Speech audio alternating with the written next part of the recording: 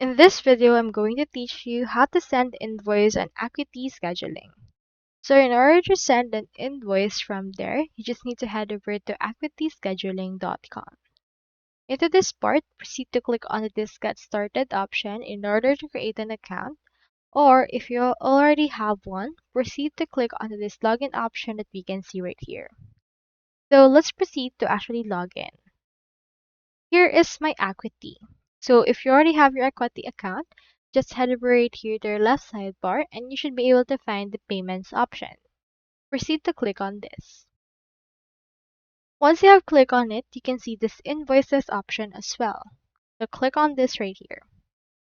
As you can see, we've already sent out right here an invoice. If you have something that hasn't been sent out, you can click on this create one and then just proceed to name right here the client. Add in here some items that they are due. Input right here the invoice details, due date. You can also get notified when invoice is paid. You can input right here your email address as well as communication that you want. First, preview your email in order to see what it looks like. As you can see, we have in here a button that enables the customer to pay using our link right here. So when the customer click on the link, they can actually be sent to the other page that you can see that right here. Now, let's head over and send this.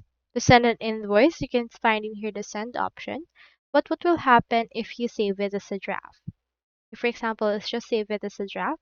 If you have it and it's unsent, you can proceed to click on the three dots, click on edit, and click on the send option that we can see right here.